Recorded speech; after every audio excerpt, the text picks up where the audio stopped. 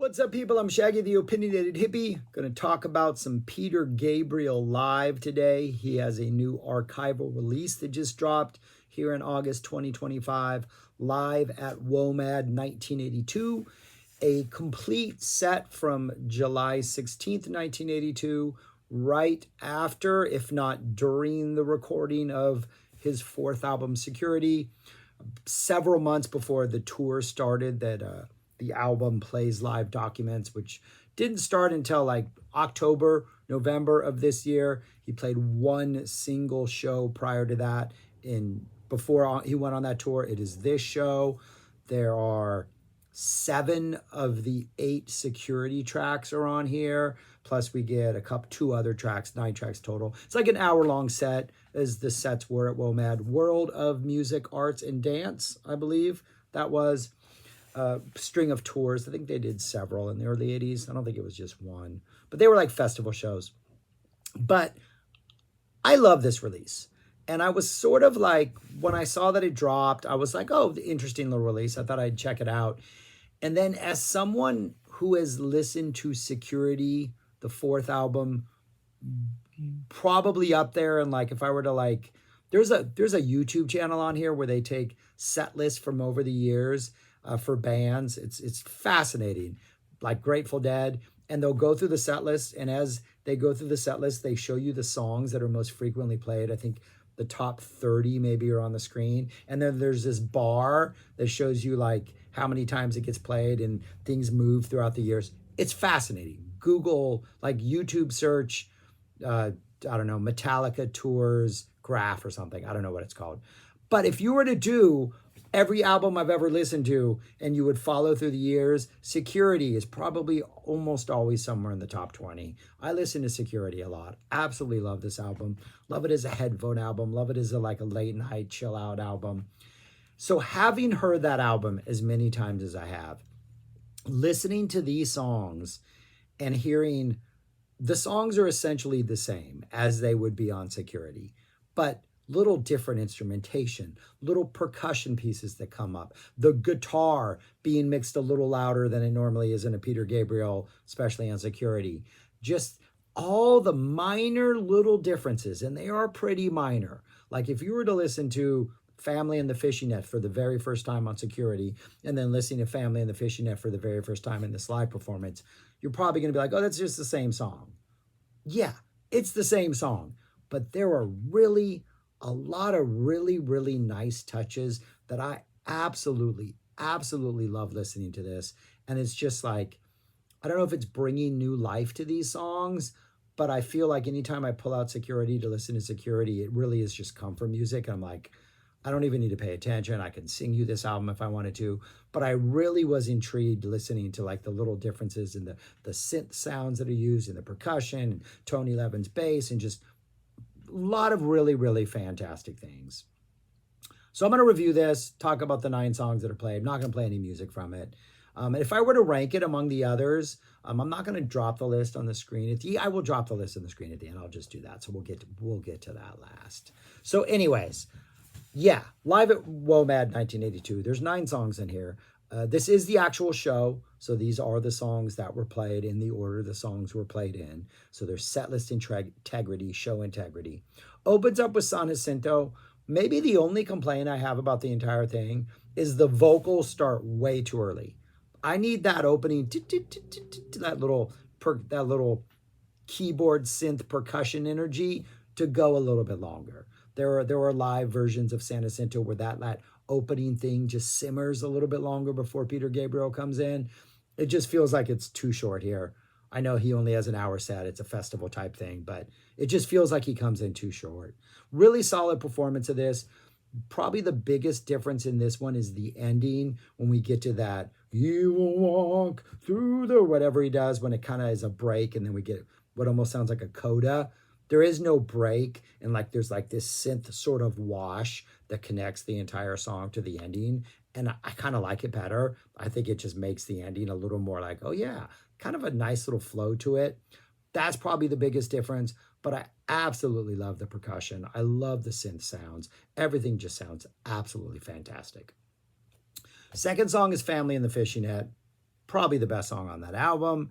It feels a little bit faster than the studio version. I think it is maybe a little bit faster. The bass feels a little bit funkier.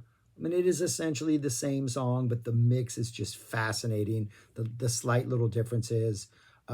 Gabriel is really bringing it vocally. He's giving a really dramatic, like expressive performance. The headless chicken part, headless chicken, that almost like has this like techno bounce to it a little bit. It's got a little bounce. It's got a little bit of swag. And that part at the end also, and the flesh, that part, that whole ending part. When we drop into this section, it just maybe industrial is too heavy of a sound, but it just has a little more of a to it than I think the studio version does. And I think the studio version is perfect, but this live energy is really fascinating. The only big difference is at the very end when they go, and the flesh, and the flesh, and they repeat it. There's no repeating of and the flesh at the end, which I think he does on the Plays Live version. Next is I Have the Touch. Absolutely amazing. Love the electronic beats early. Slightly different. It almost sounds like maybe there's slightly different sounds that are used than on the studio version, but love it. The drums come in earlier in this live version than they do on Plays Live, or they do on the tour. And so by the time we get to that second verse, when usually the drums come in, the full drums are already in, but the momentum still kind of picks up into that next verse. A lot of just really cool sounds. The bass playing is fantastic. Yeah, it's really good. The momentum in this song is great. Fantastic song. Next, we have Lay Your Hands on Me. This does not sound like he is falling into the crowd, so we don't get that really, really long extended ending as you would if you saw it on Plays Live when he would fall backwards in the crowd on that tour. Even I think he did on the So tour too, and the drums would go for much longer. This is a shorter version of that. Exact same opening, toot. The same percussion opening sounds exactly the same as on the studio version.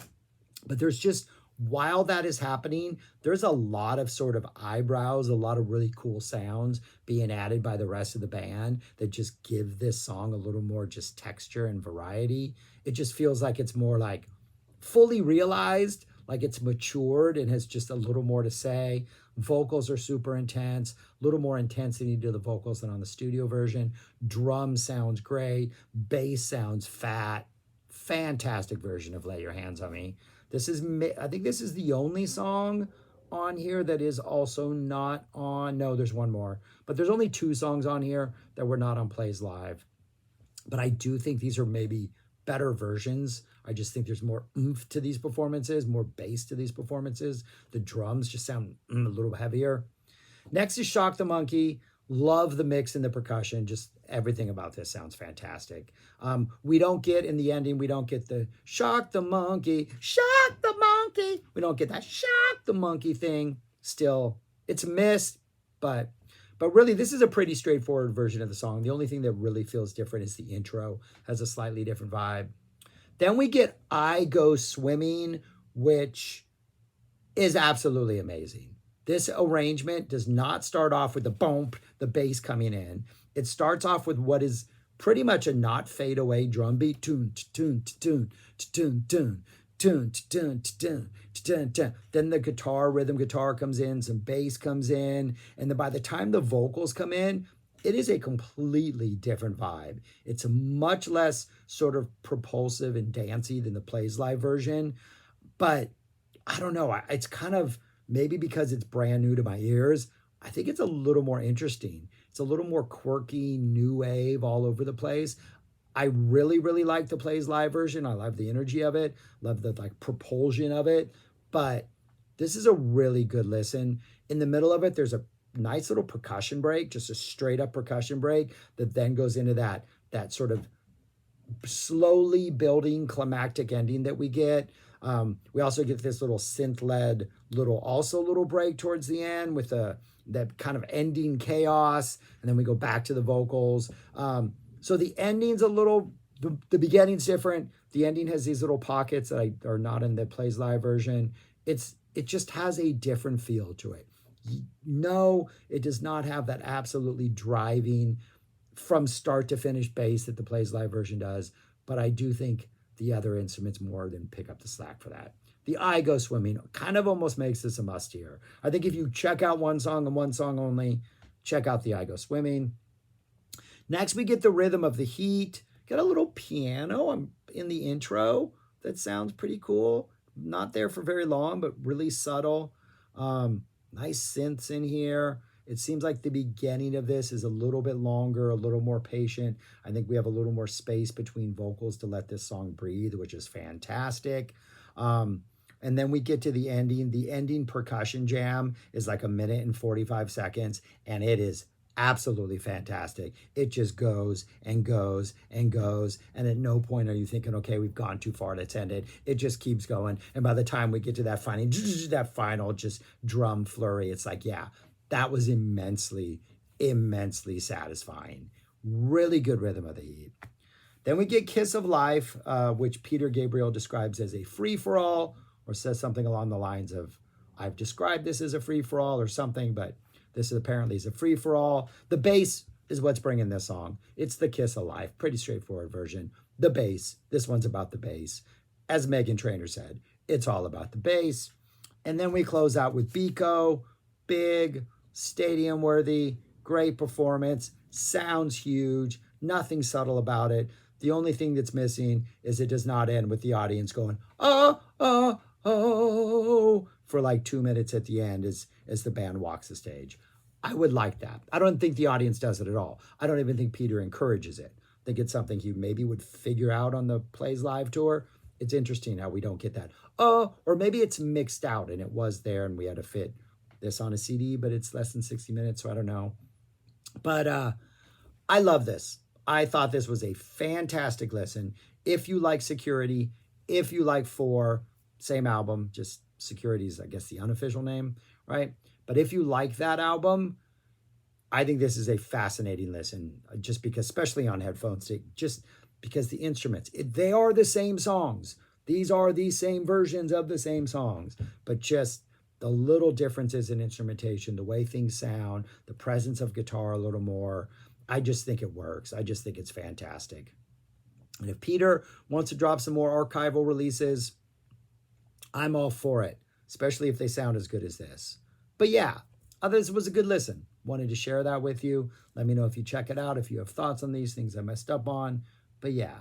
Oh, if I were to rank this among the other ones, right now I have it at number 1. I know it doesn't have all of those other songs from like 3 or from 2 or from 1 that Plays Live has. But at this point in my life, after listening to Peter Gabriel for 40 some years now, I'm going to listen to this album more than Plays Live going forward, because Security is such a beast of an album. These performances are so well executed.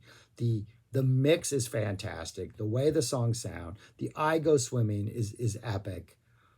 I think I'm ranking this at 1. I might be wrong. It might be complete recency bias, and I may have to revisit this list at some point in time. I'm hoping there's other archival releases by Gabriel, and then that'll give me a chance to maybe reassess this list. But for now, it's at number 1, shamelessly.